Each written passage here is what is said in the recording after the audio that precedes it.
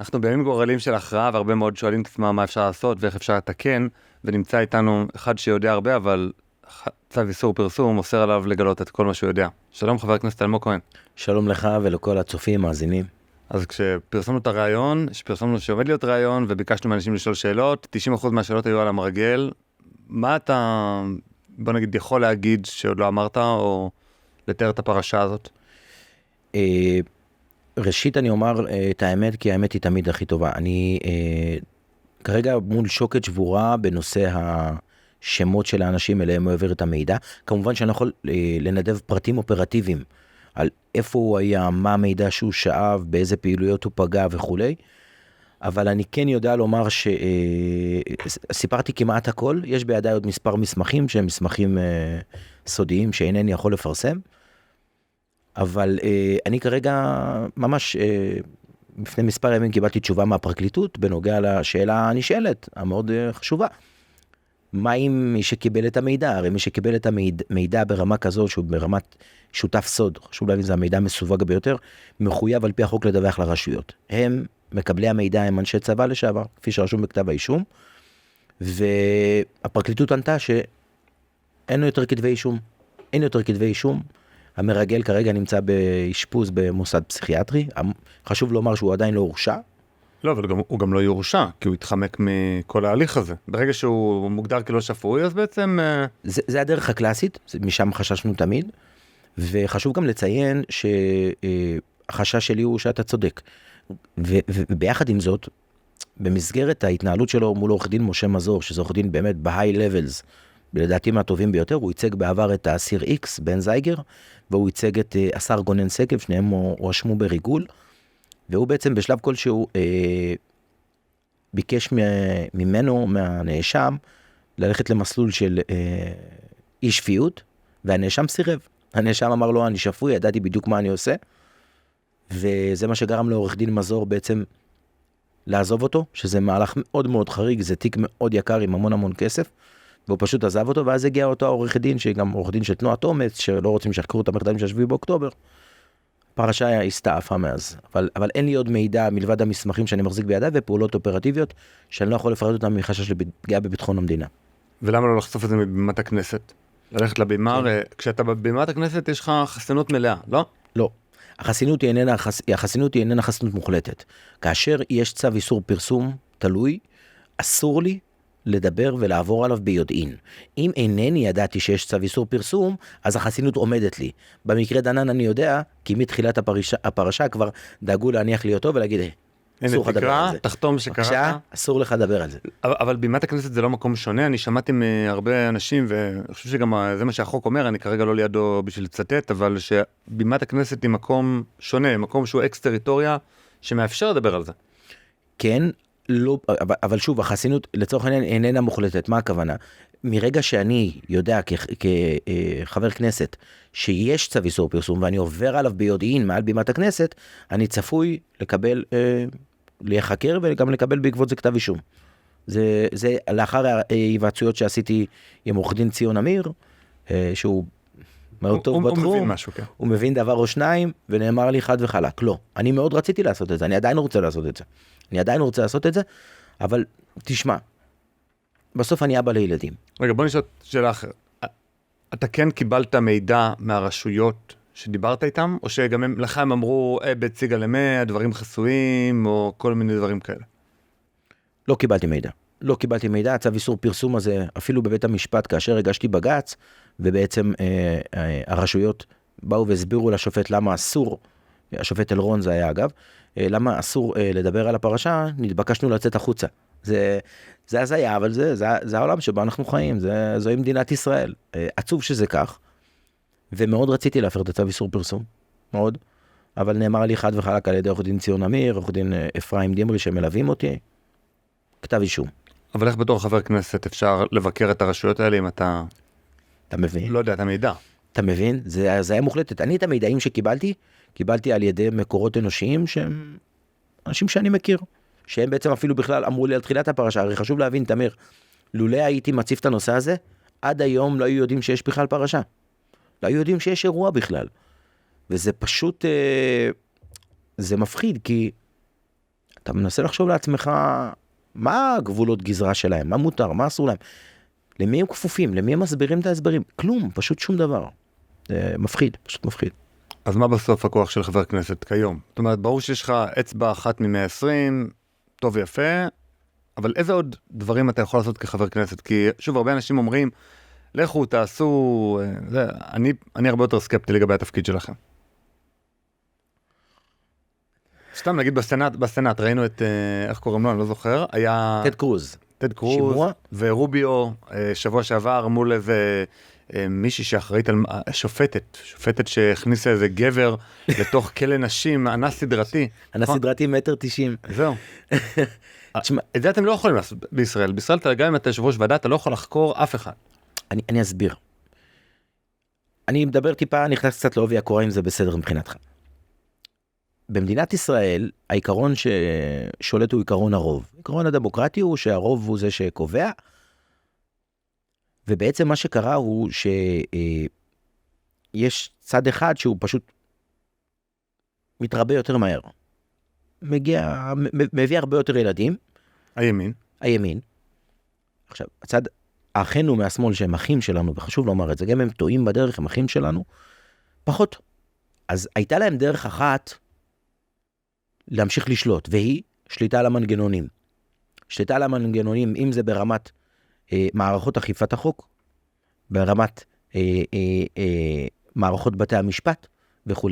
עכשיו אתה שואל מה הכוח של חבר כנסת? לצערי הרב, אם הייתי חי כרגע בארצות הברית, הייתי מביא את הפרקליט המדינה לשימוע בסנאט או בבית הנבחרים, ושואל אותו, מה עשיתם בפרשה הזו? למה יש עליה צו איסור פרסום אחרי 8 חודשים? הרי המידע שהוא דלף, הוא שרוף. שרוף כבר אחרי שעה בערך שהוא דלף. זהו, בוא נסביר את הדבר הזה, כי יש, נקרא לזה מודיעין טקטי, ויש מודיעין מיקרו-טקטי, זאת אומרת, יש מודיעינים שנגיד, האם השולחן הזה נמצא פה, או נמצא בכניסה לחדר? זה גם מודיעין, לקראת מבצע מאוד חשוב, אם אתה פותח את הדלת ויש מיד שולחן, לוקח לך עוד 2 שניות לעבור מתחתיו. נחשון וקסמן, ניר פורז, השם יקום דמו. אז המודיעין הזה, נגיד, מודיעין של סיירת מטכ"ל הכי חשוב בעולם, רגע אחרי שפרצו את הדלת, הוא לא רלוונטי, הוא בלמס. לגמרי. ולפני, אז עצם זה שמבררים את המודיעין הזה, אומר שמנסים לפרוץ. אז הוא הדבר שוס הכי חמור שיש. הכי חמור שיש, וגם חשוב להבין, ראשית הוא היה מאוד דומיננטי, מאוד דומיננטי, הוא הוציא לעצמו, ניתן לראות בכתב האישום, אין לזה צו איסור פרסום, הוא הוציא לעצמו אישור שהוא יכול לגייס כל חייל מילואים, שים לב, כל חייל מילואים לצה"ל, זה מטורף, אין דבר כזה, הוא הצליח להיכנס לתוך חמ"ל, שהוא חמ"ל, הוא נמצא בחוד החנית של אגף המודיעין, מפעיל יחידות מאוד ספציפיות, ומביא מידעים מאוד רגישים, בייחוד לפני כניסה קרקעית. עכשיו, כפי שכולם יודעים, זה לא סוד מדינה, לפני כניסה קרקעית יש יחידות שעובדות בשטח, יותר בנושא של בנק מטרות, מקורות, אמצעים טכנולוגיים, לשתול אמצעים, סימון מטרות, יש המון דברים שעושים. וברגע שהבינו שהיה בפנים מרגל, אז כינסו את כולם, חדר תדריכים, ואמרו להם, חבר'ה, כולכם מחליפים מטרות, כי היה לנו פה דלף מידע, הם לא אמרו שיש ריגול. ואני שואל את עצמי את השאלה שאתה שואל, אגב, מה הכוח של משרת, אני לא אוהב לקרוא לזה נבחר ציבור, אני משרת ציבור, מה הכוח? אין לי יותר מה לעשות, אני מול שוקת שבורה, אין לי מה לעשות. זה עצוב, פשוט עצוב. אז בוא נעבור באמת רגע לפוליטי, כי זה עוד אלמנט של חבר כנסת. אתה לא נבחרת על ידי הציבור אישית, אלא נבחרת כחלק מרשימה. כמו כל חברי הכנסת, כמעט. אמת. חוץ מהראשי מפלגות. בארץ ראשי מפלגות, או בעיקר ראשי מפלגות, שזה מפלגה של איש אחד שמשבץ את הרשימה, כמו המפלגה שלך, הם הבוסים, הם האנשים החזקים, על פי משק דבר. כן. מה עושים בתור חבר כנסת, כשיש לך מישהו שהוא בעצם מעליך, או אפילו בתור אתה לא נורווגי, אבל יש חברי כנסת נורווגים, שברגע אחד אפשר צ'יק לפטר אותם. נגיד שירלי פינטו, בכנסת הקודמת, הייתה נורווגית קלאסית, גם, שוב, גם היכולת, תסלחו לי על זה, היכולת שלה לתקשר את עצמה לציבור, בגלל שהיא חרשת ואילמת, יכולת יותר נמוכה מאשר של אנשים שהם רהוטים או מדברים, וגם נורווגית, אפשר בצ'יק אחד קטן, אם היא לא נאמנה לראש המפלגה, לפטר אותה. השיטה חייבת לי, אתה צודק, כאילו אין פה שאלה, השיטה עצמה היא, סלחה הביטוי, היא לא טובה. היא לא טובה, בגלל שבסוף, כפי שאמרת, הרי אנחנו בעד פלורליזם, אנחנו בעד שיהיה ויכוח, ויכוח זה דבר שהוא בריא, אבל כאשר השיטה מאלצת אדם להתיישר לפי קו, הרי הקווים האידיאולוגיים הם בדרך כלל זהים, אחרת הם לא היו באותה רשימה, אבל יש ניואנסים אחרים, קטנים, שונים, שעליהם לא ניתן אגב לומר אחרת, וחייב להתיישר בייחוד נורווגים, וגם מי שלא נורווגים, משלם את המחיר. אני למשל, כאשר חלקתי, הוצאתי מוועדת חוץ וביטחון, הוצאתי. עד היום, כן. אגב, חבל לי שזה קרה, כי יכול להיות שלפני 7 באוקטובר הייתי אומר לחבר'ה, מה אתם עושים על הגדר? איך אתם נותנים להם? התקשרו אליי חבר'ה מהימ"ס, אמרו לי, אלמוג, אנחנו לא נותנים לנו, הצלפים, לא נותנים לנו לעבוד. וזה הזוי. ספר רגע את המקרה של 7 לאוקטובר, מה באמת היה שם? כי שום מטוס לא טס עד שעה 2 בצהריים. היו 2 מסוקים באוויר, מתוך סביב נגיד 10 או 20 שיש בכוננות כזאת או אחרת, פשוט לא היה טייסים שיטיסו אותם, אבל טייסי קרב היה בכוננות עם ג'יסות, מלאה, והם יכלו לעלות לאוויר תוך 1.5 דקות. וכמובן, עומדים 300 צנחנים מסביב לבארי, כל הדברים האלה. איך אתה מסביר את הדברים האלה? תשמע, 7 באוקטובר, זה היה יום שאי אפשר להסביר אותו. אין לי הסבר. אני נמנע מתיאוריות קונספירציה. וחשוב להימנע, אבל גם חשוב להסביר מה קרה באותו יום. אני הולך לחשוף אצלך את זה בפעם הראשונה. במהלך תחילת הלחימה באופקים, אצלנו ברחוב הגורן, כאשר נכנסתי, ואז הבנו שיש מולנו חוליה יחסית גדולה של מחבלי נוח'בה 18. תפסתי מחסה מאחורי אחד הרכבים, היו המון רכבים באותו בוקר, והתקשרתי לשר הביטחון יואב גלנט. שעה 7:20, הוצאתי גם את פלט השיחות. והתקשרתי אליו, שאלתי, ותוך כדי יש יריות ברקע, ואנשים חוטפים ונופלים, חברי אגב גם נפצע שם באותו שנייה ברגל, תוך כדי שאני מדבר, ואמרתי לו, שר הביטחון, אמרתי לו, יואב, איפה הצבא? אנחנו פה לבד. אני שומע בקשר את החבר'ה שלי בארי, מפלסים, אלומים, רעים, כאילו גוססים, הם אומרים, אנחנו בלי תחמושת, בואו. אמרתי לו, יואב, איפה הצבא? הוא אמר לי, אלמוג, אנחנו מטפלים, הכל בסדר. עד היום הוא לא חזר אליי בנושא הזה, והצבא לא היה אותו יום. השב"כ לא היה אותו יום. לא קיבלנו התראה לפני, היינו צריכים לקבל התראה 20 דקות לפני, היינו מונעים מהם כבר את הכניסה לאופקים או לכל היישובים. ומה שקרה באותו יום, זה הדוגמה שאני תמיד משתמש בה, לקחתי כוס מים, שפכתי אותה על הארץ, והמים לא ירדו למטה, הם כאילו אנחנו במעבורת חלל, הם עלו למעלה. כשאנחנו פה עם כוח הכבידה, ואתה רואה את המים נשפכים למעלה במקום למטה, אין לזה הסבר. זה מה שקרה באותו בוקר, פשוט, אני אומר את זה בצער, ואני מכבד את הצבא, ואני לא מדבר על חיילי צה"ל, אלא על מפקדי הצבא. הופקרנו למות ברחובות, והשלמנו מחירים כבדים, קשים, ופה אני רוצה רק לומר משהו קטן, על הציבור החרדי. היום אוהבים לעשות דמוניזציה על הציבור החרדי. באותו בוקר, אני גם אצלך לחשוף את זה בפעם הראשונה, מד"א סירבו להיכנס לזירה שלנו. סירבו, לא נכנסו. הם אמרו, אנחנו לא נכנסים להוציא פצועים. מתו לנו לפחות 6 אנשים מאובדן דם. היחידים שנכנסו פנימה, איחוד הצלה. היחידים, תחת אש, אתמול פגשתי אחד מהם פעם ראשונה מה-7 באוקטובר, תחת אש חילצו אנשים, הצילו חיים, כשמערכות המדינה קרסו קריסה מוחלטת, בלי שום הסבר רציונלי מה קרה. בלילה לפני, הסימנים המעידים, הקפצתם צוות הקהילה, בדפה של השתלטות על 2 יישובים, אתה מקפיץ 17 לוחמים, הייתי קצת בלוטר, לא הרבה, טיפה. בדפה של, בדרך פעולה אפשרית של האויב, של השתלטות על 2 יישובים, אני צריך לפחות 200 לוחמים ברמת ימ"מ, ימ"ס, לוטר, אילת, לוטר צה"לי. מה עשיתם? למה לא הודעתם? למה לא הערתם את הדרג המדיני? למה? בוא נשים את זה על השולחן. המידע קריטי לביטחונם של אזרחי מדינת ישראל הוסתר מהדרג המדיני. איך קורה דבר כזה? הם לא יכולים ללחוץ בניקיון כפיהם. מפני שהם עשו שיחות ועידה בלילה, ראש השירות נסע למטה השירות, לקח צוות הקהילה מיו"ש, העביר אותו לאזור יד מרדכי, כפר עזה. מה עשיתם לנו באותו בוקר? מה עשיתם? אין לי הסבר למה קרה באותו יום. תראה, הדבר היותר חמור, הוא גם אחד הלקחים של ועידת אגרנט. זה לא זה שלא עדכנו את הדרג המדיני, כי בוועדת אגרנט, או ביום כיפור, כמובן מפאי שלטה, ומפאי גם מינתה את הגנרלים, והכל היה בסינרגיה מוחלטת. אבל אמרו, אתם לא עדכנתם את החבר'ה במעוזים ובתעוזים, מלחמה היום ב-6. עזבו רגע שטעיתם, היום ב-2, בסדר. למה לא הורדתם לשטח את המודיעין הזה שיש חשש למלחמה היום? הרי מה יכול לקרות? המצרים ידעו שאנחנו יותר מוכנים. אתה יודע, חיילים נרצחו בתחתונים, במיטות. היה חיילים בתוך האוגדות. למה לא יודע, הוציאו מגים מהאוגדה עצמה. אתה יודע, היה חיילים, היה הכל.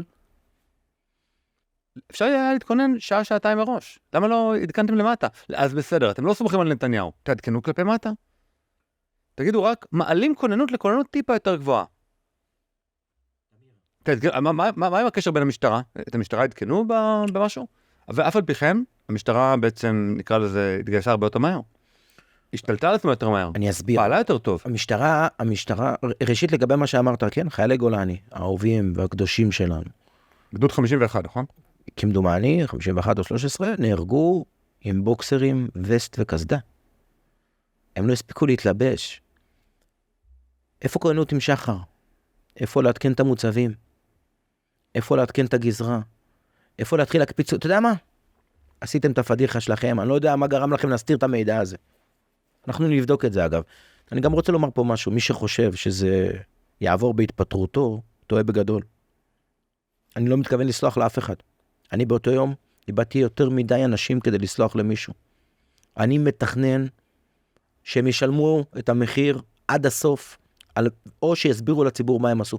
תקשיב, תמיר. אתה מדבר על חליווה, נכון? התפטרותו. חליווה, הרצי הלוי, ראש אלוף פיקוד, ראש השירות, כל אלה שהיו שותפים בשיחת ועידה. למה? לא יודעתם לנו שהולכים לרצוח אותם. גם לא דיברו עם מפקד חיל האוויר דרך אגב. כלום. מפקד חיל האוויר, לא, אני אומר, מילא אתם לא סומכים על אף אחד, אתם סומכים רק על מי שיש לו דרגת אלוף קונספציה על הכתף. תומר בר, אלוף מפקד חיל האוויר, למה לא התקנתם אותו? הרי התגובה הכי מהירה, הכי זה מסוקים, הוא יכל לבוא ולגייס מהרגע להרגע בטלפון אחד פשוט, 20-30 תעשה מסוקים, ל5 מסוקים, מה הסיפור? לא רק זה. להוריד אותם לדרום. לא רק זה, הייתה באותו הלילה דרישה של פיקוד דרום לצמצם שני מסקרים, מסוקי תקיפה, בעצם לרמת דוד, שיגיעו מהר יותר במידה והתרחיש של ההתראה שהתקבלה בלילה יגיע. אז זה טוב.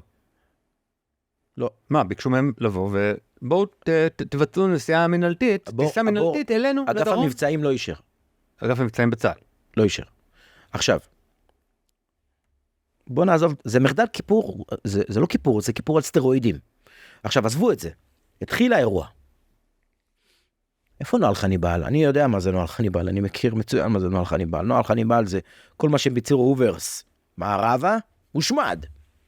למה לא הכרזתם נועל חניבעל? הרי בשעות הראשונות, זה שעות הזהב, מה היה צריך לקרות? בכל צבא נורמלי. כל מי שמאייש את הגבולות מקבל חיזוק. כל מי שלא מחזק את הגבולות ולא מאייש את הגבולות, טס דרומה. אלינו באופקים הגיע בשעה 11, בערך 11:40 חייל. הוא בא אלינו, היה לנו רק ירי מכיוון הבית של רחל לפעמים, איפה שהיה לנו את האירוע של בני ערובה. הוא בא אליי, בחור מתוק מביסלח, הוא אמר לי, איפה הם, בוא נכניס. אמרתי לו, אחי, תרגע, סרקנו את הרחובות, כרגע אין לנו עוד אינדיקציות, מחבלים נסרוק בית, כרגע, טוס לבארי, אמרתי לו, קח את האוטובוס, הם הגיעו אוטובוס, קחו את האוטובוס, קחו את הווסטים והקסדות, תעופו לבארי, תצילו שם את האנשים. אחר כך התברר לי שכאשר הם הגיעו לבארי, הם לא נכנסו פנימה. ובהמשך גם ראיתי סרטון, העיניים האלה ראו סרטון, של החבר'ה שלי, יש להם מצלמת קונטור, זה נקרא מצלמת קסדה, שיש לכל אוכל. מי זה החבר'ה שלך שאתה כל הזמן מזכיר? יסם נגב, יסם יואב, כל אלה לחמו, איבדו. מה זה? סוג של משטרה? יחידות מיוחדות של המשטרה? יחידות מיוחדות של המשטרה, כן. אוקיי. יסם נגב, יסם יואב, זה שני היחידות שלי. אז ראית הסרטון? ראיתי את הסרטון, 12 חיילים מזוודים, בכניסה לכפר, לא, סעד, לא זוכר איפה זה, באחד מהכניסות של היישובים, אפילו בארי, לא זוכר בדיוק, לא רוצה לומר להטעות סתם, ואז הם אומרים להם, אתה רואה, זה מצלם 180, אז רואים ברקע את העשן, ושומעים פיצוצים ויריות. אז החבר'ה שלי אומרים להם, חבר'ה, בואו, אתם חמושים, בואו ניכנס. מה הם אמרו להם? אנחנו לא ממוגנים. כלומר, אין קרמי. אני יצאתי עם קרמי. מיכאל איזמי יצא. מיכאל איזמי נהרג עם בוקסר וגופיית סבא וכפכפים. אני יצאתי עם וסט קסדה, יצאתי עם טישרט שחורה. מה? רוצחים ילדים, אני צריך לחפש את המיגון שלי? לא, לא, זה. בכלל, איזה נשק היה לך ב7 לאוקטובר? החתיך הזה, זה. כמה מחסניות? 1, 2? 1 בכלי ו2 בכיסים לקחתי. אבל בשלב כלשהו, שוטר לידי נפצע, חטף 2 כדורים ברגל, ואז לקחתי לו את ה-M16. M16 טיפש, כאילו לא עם כוונות, לא כוון את השלכה, לא אופטית, אבל בסדר. אתה יכול לנסות להסביר כאילו לאנשים שלא מומחים בלחימה, מה ההבדל בין אקדח לבין M16? כאילו למה בכלל צריך את האורך הזה? מה הקטע? וואו, עולם. לא, אבל שוב, אני אסביר, סליחה, אני אסביר. רוב ההרוגים שלנו הגיעו בעצם מטווחים, מה הכוונה? כאשר בן אדם, כאשר לוחם מחזיק רובה שיורה 5.56 או 7.62, הטווחי ירי שלו משמעותיים שונים. עכשיו האקדח הוא כלי שהוא נועד בעיקרון לטווחים קצרים. כאשר אני למשל חלק מהזמן יריתי שם, ידעתי שאני לא פוגע.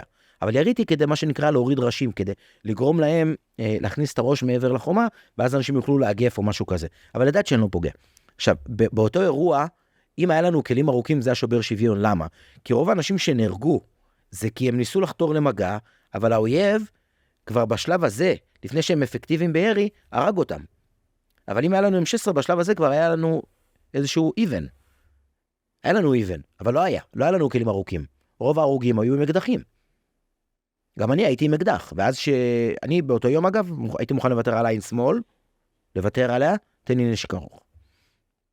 ואז הנשק שקיבלתי היו לו מעצורים, אל תשאל, אבל עדיין, לפחות היה לי טווח.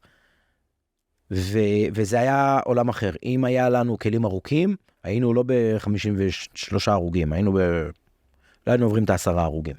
כי זה שובר שוויון, הם ירו גם שם בקלאצ'ים, הם זרקו רימונים, הם ירו RPG, רימונים זרקו שם עשרות, המון נפלים גם היו, אבל זרקו 10 רימונים.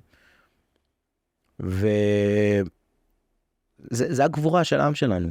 בסוף הצלחנו להגף אותם בשכונה אחת, וגם בשלב כלשהו הבנו, כשנכנסתי לרחוב הגורן, אז כאילו 2 פצועים, פסה ובוידמאסטר, ואז הבחור מזקה מיד התחיל לטפל בהם, לא זקה, איחוד, סליחה, מיד התחיל לטפל בהם, ואז אני ומני בעצם התחלנו לסרוק את הרחוב, וזה נהיה שער הגיהנום. היה קצת שמאל גופות של סקנים שרצו לממד שיש להם מחוץ לבית, הרי הם אספו מודיעין לפני כמו שצריך. הם ידעו שהשכונה הסמוכה היא שכונה חדשה ויש בה ממדים בבתים, אבל שכונה ישנה, משור הגפן, איפה שהם הגיעו, אין ממדים, אז הם צריכים לצאת לצינורות ולמקלטים, וזה כאילו היה, הם השאירו מאחוריהם טרייל של גופות, כאילו אז כל פעם היה רצון שלנו לחתור אליהם, כמה שיותר צמוד, להיצמד אליהם, היה שלב כלשהו אפילו צעקתי להם, התחלתי לקלל את האמא שלהם, את האחיות שלהם, כדי לנסות למשוך אותם, להשאיר אותם קרוב אלינו, שלא ייכנסו, כי הם הורגים, הם הרגו את כולם. שתרגו כל מה שעבור בדרכם.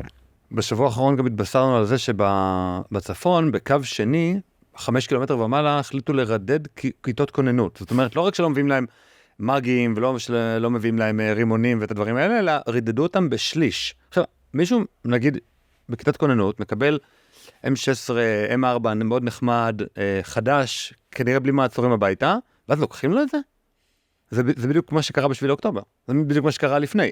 היה כיתות כוננות בחלק מהיישובים, ואגף המבצעים של צה"ל, זה שלא אישר להביא את המסקרים, גם רידד את כיתות הכוננות בחשש לגנבות. תשמע, תמיר, בסוף, אני אמרתי את זה עוד כשהייתי אזרח, זו תפיסתי, נכון? אין תחליף להגנה אזרחית שגרה בסביבה הקרובה לאירוע. מה הכוונה? אני, כשהייתי אזרח, הקמתי את סיירת בראל. מה זה סיירת בראל? זכרו של בראל שמואלי, השם יקום דמו. בעצם סיירת בראל זה חבר'ה, אנחנו כולנו משוחררים, אחד יוצא שייטת, אחד יוצא מטכ"ל, מגלן, כל השטויות האלה, ובעצם היה לנו רישיון מהיר לאקדח, כאילו מסלול מהיר להוציא אקדח, ואז הקמנו סוג של כיתת כוננות כזו. למה? כי אתה יכול להקים 100,000 יחידות, מיוחדות, ימ"מ ומטכ"ל, לא משנה מה. בסוף אין תחליף למי שגר גיאוגרפית נמצא קרוב לאירוע, ומגיב טקטית לאירוע. אין תחליף לזה. אגב, ב7 באוקטובר זה בא לידי ביטוי הכי טוב. תשים לב, ביישובים בהם היו כיתות כוננות ונשקים ארוכים, הנרצחים חטופים היה בצורה דרסטית נמוך יותר. או אפס. נגיד כרם שלום. נכון, גיבורי כרם. זה יושב, גיבורי כרם שלום.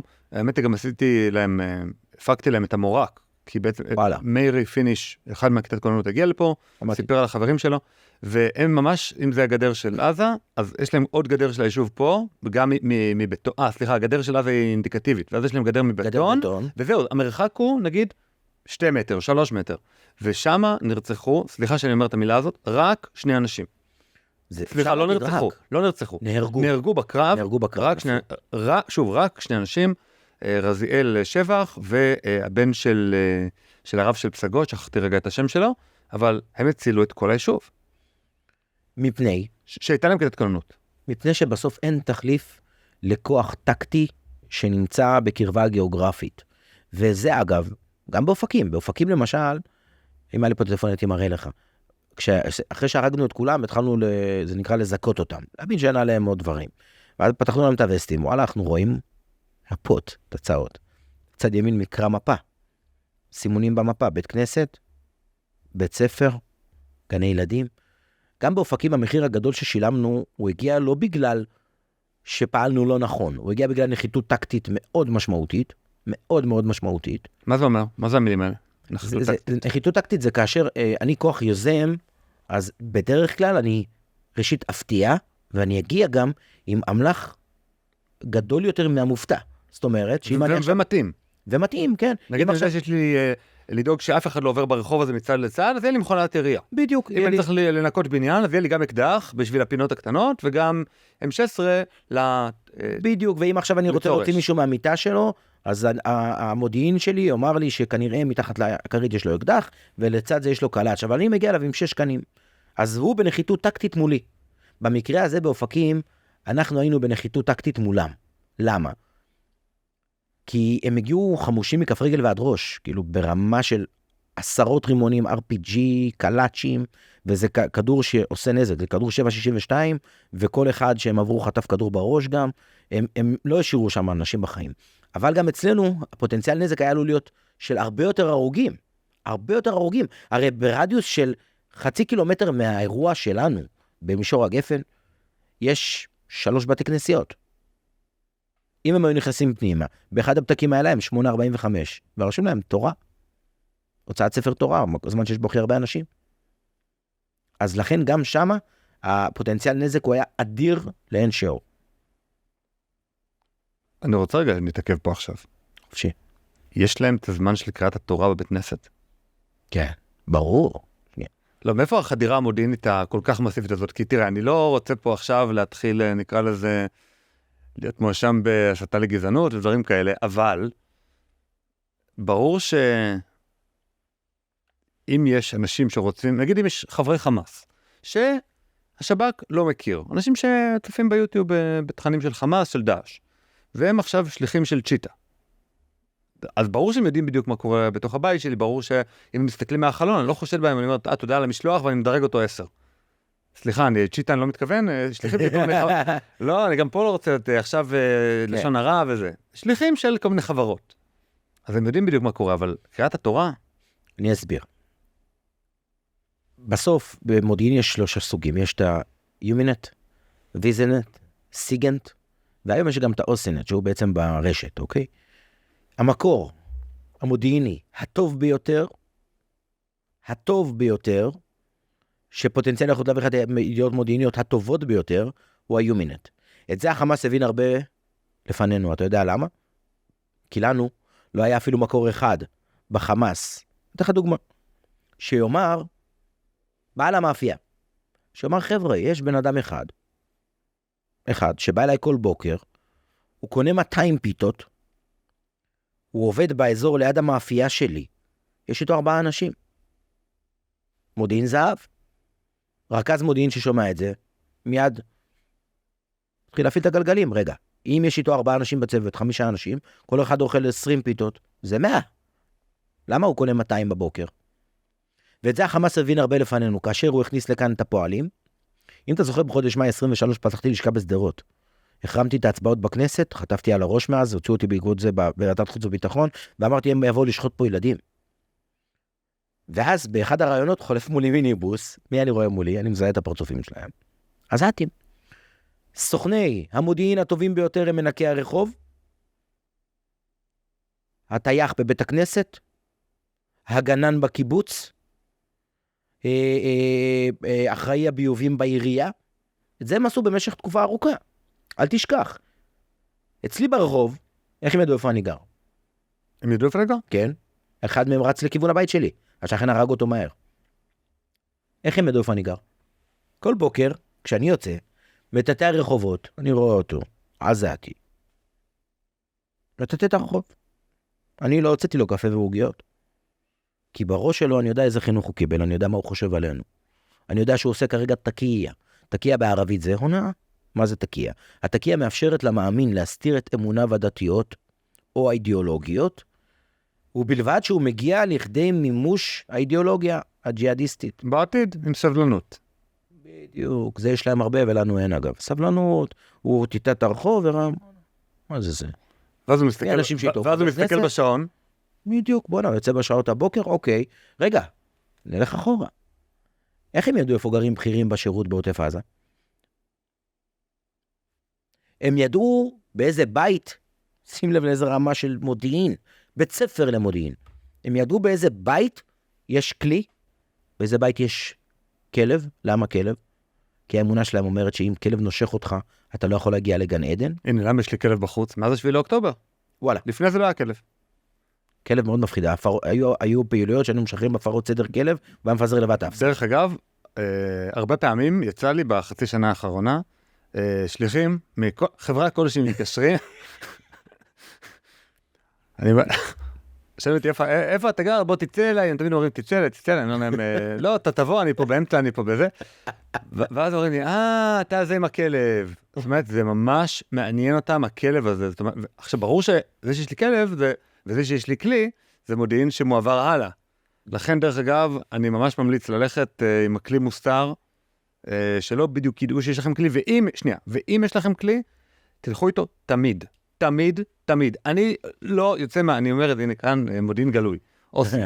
אני לא יוצא מהבית, אף פעם, בלי כלי. לא משנה לחתונה, אני הולך לבריכה. לזרוק את הזה. אני הולך לזרוק, תמיד. יופי, אז אני רוצה לומר. אני תמיד הולך עם הכלי. אז אני רוצה לומר משהו. עכשיו, אם אני הולך לבריכה, באמת צריך למצוא פתרונות, ושוב, אני לא הולך לבריכה, אז במקרה שלי זה לא רלוונטי, אבל באמת מי שהולך למקומות שהוא חייב להוריד את הנשק, פחות או יותר, אין לו פתרון, כי החוק מחייב כספת אישית, לא כספת של המקום, איזה מין משהו כזה. עכשיו, אני רוצה לומר פה משהו מאוד מאוד חשוב. דרך אגב, זה בעיה של החוק בישראל, כי אם היה אפשר לשים אולי בכספת של נגיד הקאנטרי קלאב, להפקיד אצל הקב"ט, אז אנשים היו הולכים איתם לקאנטרי קלאב עם הכלי, ולא היה נגנב הכלי מהבית, בזמן שעכשיו הוא יודע שכל היום בחוץ, אז 3 פעמים בשבוע הוא שוחה, אז 3 פעמים בשבוע אפשר לגנוב את הכלי. והם יודעים מתי אתם בקאנטרי קלאב. הם יודעים מצוין מתי אתם בקאנטרי, ואני רוצה לומר משהו על מה שאמרת. בנוגע לנשיאת הכלי והמלצתך להסתיר אותו, אני מחויב לומר, בכל זאת, לוחם כמה שנים. לתרגל את הירי, כשאתם במטווח כמובן, אני מדריך מוסמך וכולי, לתרגל את ההסלקה של הכלי. למה? ואני אסביר למה. המלצותיך מצוינות, אבל הרבה פעמים בפייסבוק, ברשתות, רואים תמונות שלי והאקדח בחוץ, אז אומרים, מה, אתה מתגאה שיש לך אקדח? לא, לא מתגאה. כאילו בחוץ, פה, מחוץ לחקור. בחוץ, ככה אצלי, לא מוסלק, זה נקרא. אני אסביר למה. יש מושג שנקרא זיכרון שריר. שימו לב, איפה הצופים? שימו לב, הערב שאתם מתקלחים, אתם מתקלחים לפי סדר מסוים. אתם לוקחים את השמפו בצד ימין, שופכים אותו לצד שמאל, עושים את בית השחי, מעבירים ליד השנייה, עושים ככה. זה סדר, זה נקרא זיכרון שריר. לוחם או כל אדם יש לו זיכרון שריר. כאשר אתם מתרגלים ירי, חשוב לתרגל את המצב ובו אתם תהיו. למה? כי בעת אירוע, האדרנלין שלכם קופץ לגבהים היסטריים, הדופק שלכם מואץ, הראייה שלכם הופכת להיות ראייה צינורית, כמו סוס מרוצים, ואתם שוכחים שהנשק שלכם מוסלק. 2.5 הללו, שהגעתם וכבר דרכתם ונכנסתם למצב, זה יכול להציל חיים. אז לכן, כפי שאתה אומר, לשאת אותו לכל מקום, זה מציל חיים, אבל את המצב ובו הוא נמצא עליכם סטטי, תתרגלו בירי. אחרת אתם עולים להתברבר עם עצמכם, וחלילה לשלם במחיר של חייכם או של אחרים. נגיד במילים אחרות, סליחה שזה כזה דבילי, אל תתרגלו רק לשתות, תתרגלו את זה, את התנועה הזאת, עד השתייה. זיכרון שריר. לא, אבל בעת לחץ, זה מה שיוצא. אני הלכתי, מה שהכי שיפר אותי, שוב, אין לי את הניסיון שלך, ויריתי נגיד מקצה לקצה כל החיים אולי 1,000 כדורים, וזה הרבה יחסית למישהו. זהו, אבל אתה ירית נגיד 10,000, או יותר. זה במסגרת העבודה הזו. ברור, זהו, אז אני לא איש מקצוע, ואתה כן.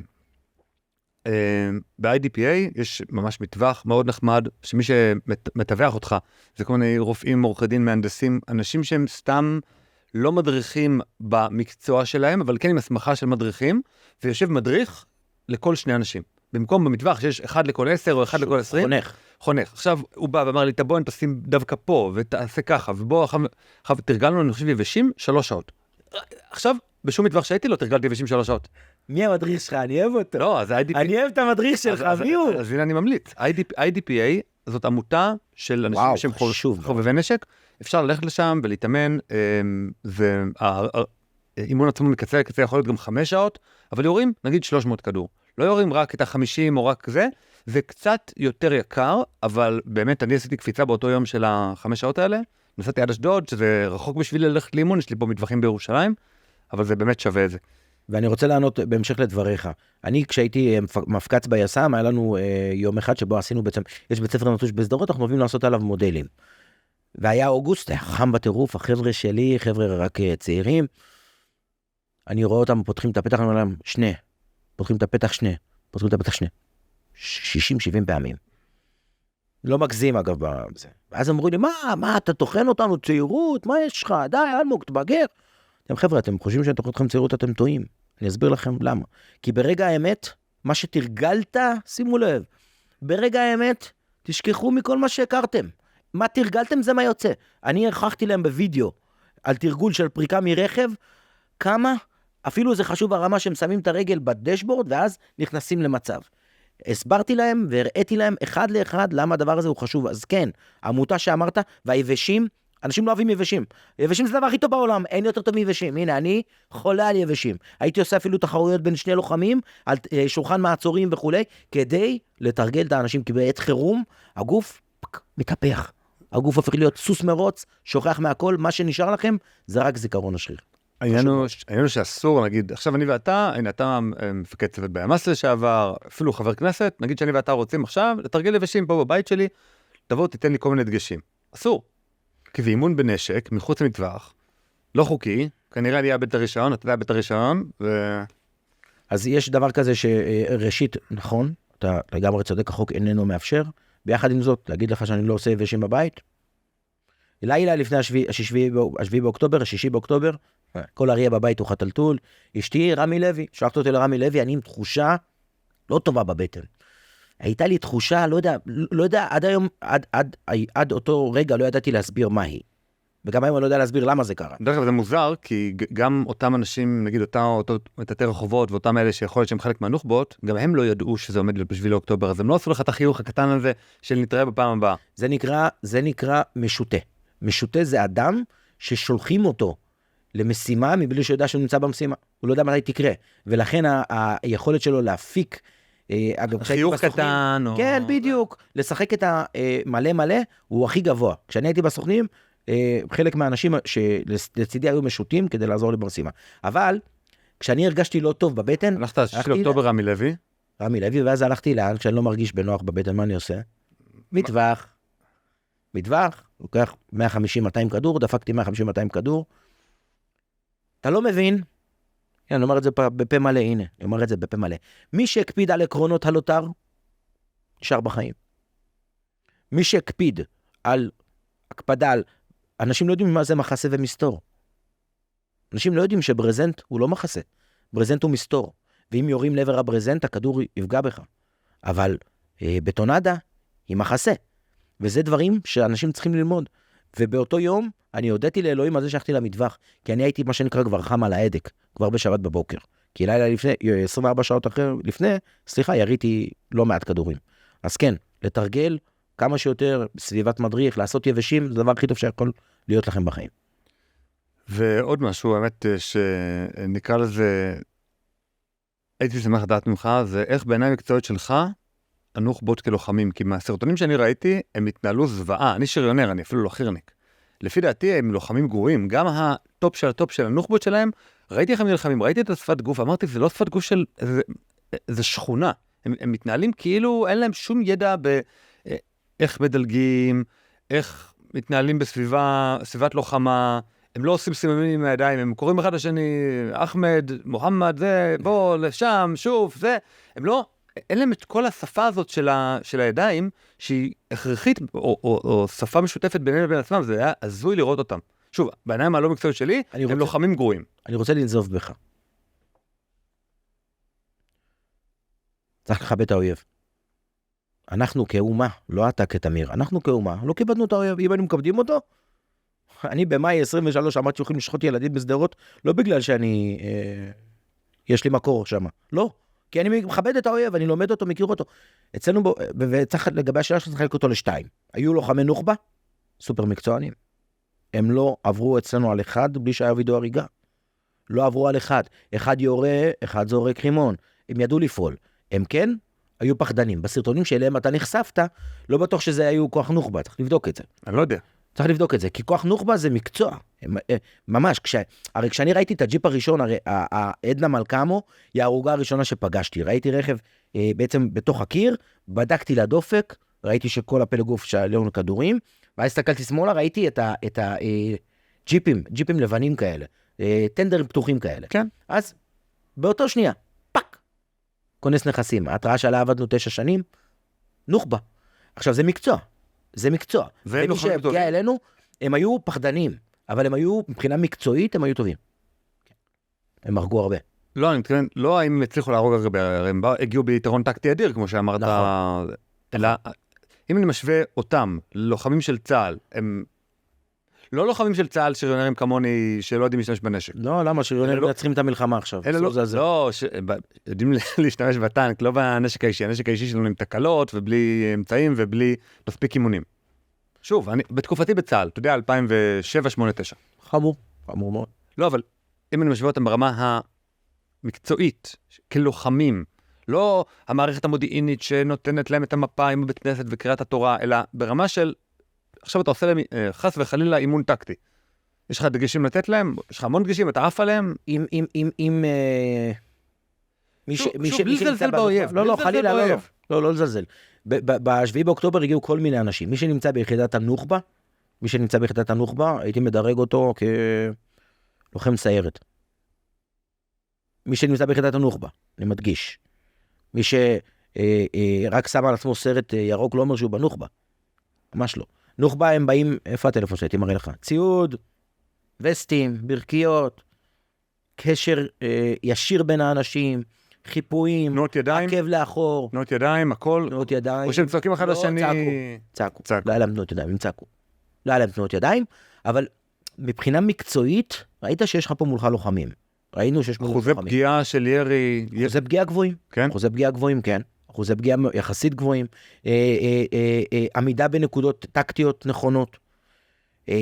הבדל בין מחסה למסתור, גם? מחסות. או שהיה לנו אחד שהרגנו בלי מסתור. תראה, יש אנשים לא, היה אפילו אחד שהיינו צריכים לעלות על חומה, היינו צריכים, איתמר אילוז, גיבור ישראל, היה צריך לעלות על חומה, ולדפוק בהם כשאנחנו מעסיקים אותם מהצד השני. כי הם היו מאחורי מחסה. והם הוציאו קנה, טק טק טק ירו, חזרו. טק טק טק ירו, חזרו. אחד זורק רימון, אז הם העסיקו אותנו הרבה, אז היינו, איתמר אילוז, תותח. פשוט עלה על הזה, ומם מהימ"ס שהלך אחר כך להציל את אשתו. אבל הם היו מקצוענים. מי שהגיע לנו לאופקים היו ברמה של לוחמי סיירת. אז מי שהגיעו לנו בעתיד חס וחלילה מהרשות הפלסטינית, זה גם אותה רמה? או שרמה יותר גבוהה? מה עושה להגיד לבנון? לא, עזוב לבנון. לא, שנייה. לבנון זה שטח פתוח יחסית, אומנם של סבך, זה אופרה אחרת.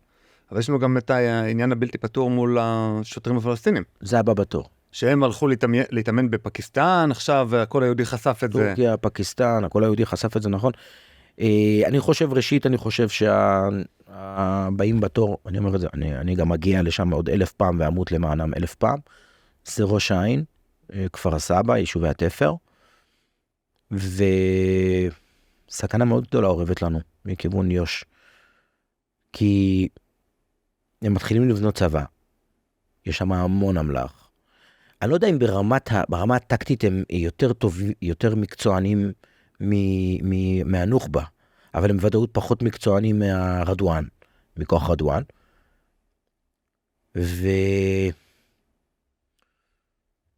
שמע, יש להם שריוניות, יש להם אמצעים שאין לחמאס. נכון, יש להם שריוניות, יש להם כלים, לא מעט, כלים תקניים, יש להם אמל"ח תקני, האמל"ח שזרקו עלינו היה חלקו, למה חלק גדול ממנו לא התפוצץ? כי זה נקרא, זה לא אמל"ח תקני, זה אמל"ח שהוא בעצם מוכן בתנאי בית, לא בתנאי מעבדה. ואני מאוד חושש מהגזרה הזו, מאוד מאוד חושש, והזוי שרוצים עכשיו להביא אותם לעזה. בני גנץ, תשמע, זה מפחיד אותי. מה עושים ביום שלפני נקרא לזה? כי ביוש כרגע המצב הוא שיש רשות, רשות זה תקיה, מנסור עבאס, שהוא הביא את תורת תקיה לאומנות חדשות, לרמות חדשות, סליחה, זה same. כאילו, אין הבדל בין הרשות הפלסטינית לבין חמאס, שלא תטעו לרגע. אין שום הבדל. הפחד שלי הוא שבנושא של הרשות הפלסטינית, חלקם הגדול, את מה שעשו לנו בנוח'בות, את מה שעשו לנו מבחינת איסוף המודיעין, הם עושים כבר שנים אחורה. זה חבר'ה שהם, היו תקופות שהם מסתובבים פה בארץ חופשי, איפה שהם רוצים למעשה. ושמה, אבל צפוי גם להיות, המענה הטקטי יהיה מענה הרבה יותר מהיר, כי אחינו המתיישבים חמושים רובם, וכיתות הכוננות שם חזקות יותר, הצבא נוכח שם, בתקווה שהוא הפעם יהיה נוכח, ולא אני חושב יותר מהצפון. כאילו כשהם חלילה יגיעו, הכוח רדואן זה כוח מיומן של החם, כאילו וואו, בסוריה, אפגניסטן, עיראק, איראן, אימונים של, במתארים הכי, זה מפחיד. אבל מה עושים? אתה יודע מה, הצפון כרגע, בוא נגיד, כרגע, בצפון הפסדנו, נכון לחצי שנה האחרונה. אמנם כמעט לא נהרגו אזרחים וחיילים, נהרגו כמה עשרות, שמקום דמם, אני לא מזלזל בכלום, אבל אני מדבר בתפיסה אסטרטגית, הפסדנו. לא בגלל שנהרגו, אלא בגלל שפינינו אזור בארץ ישראל, ללא מלחמה, הם לא כבשו אותו, אבל גם אנשים לא גרים בבית. אני אענה לך, כיפת ברזל. למה? אני אסביר למה. כיפת ברזל ופינוי התושבים, זה אותו דבר. זה הנהגה שמאפשרת לעצמה מרחב תמרון שאיננו מתאים לכללי המשחק המזרח תיכוניים. למה אני חושב שהכללה הכי גדולה עלינו, אגב, כיפת ברזל זה פלא טכנולוגי אדיר, אין פה שאלה בכלל, כן? זה מדהים, זה מטורף. אבל כאשר הנהגה מבססת תפיסת ביטחונית על הגנה בלבד, קו ההגנה לעולם ייפרץ. זה כלל ברזל. וכאשר כיפת ברזל הגיעה אלינו כעיקר ולא כאקט משלים למתקפה, ההנהגה יכלה לחכות המון שנים ויכלו לדחות את הקץ. כנ"ל עם הצפון. פינוי התושבים הוא מה שהביא אותנו למצב היום. לא, תשאירו את התושבים בפנים ותאלצו מלחמה. הרי צ'רצ'יל אמר משפט שהוא תפיסתי הביטחונית הולכת לפיו, והוא צודק. חרפה בחרתם מפחד מלחמה, הרי לכם חרפה ומלחמה גם יחד. במזרח התיכון, המטריה היא מאוד ברורה. אם אתה תבחר שלא להילחם, מחשש לבושה, אתה תקבל גם בושה וגם מלחמה. קיבלנו את זה בעזה, אנחנו מקבלים את זה ביוש, נקבל את זה גם בצפון. לפנות יישובים, בכדי להביא לעצמך, כהנהגה, מרחב תמרון, הוא טעות אסטרטגית, כי באקט של רצון לדאוג לשלומם, אתה מאפשר לעצמך מרחב תמרון שלא לבחור. אתה פשוט בוחר שלא לבחור. זה מה שקורה בצפון למעשה. סוג של מלחמת התשה כזו, מה הבעיה? בעיה שהם ארגון טרור, אנחנו מדינה. גם בעיה שהפסדת. אני הייתי נזהר, להגיד הפסדתי. נכון, הפסדת בקרב.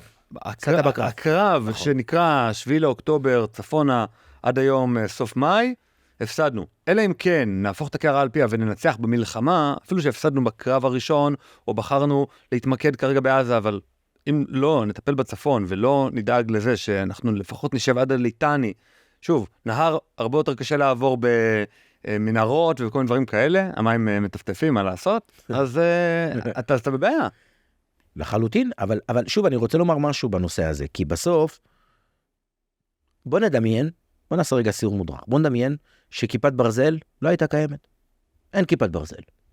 שנת 2019, רקטה נורית לעבר... ירושלים, מצעד הדגלים, you name it.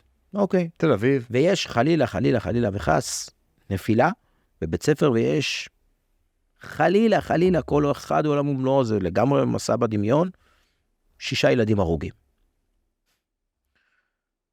היינו תוכנים את אמא שלהם דק.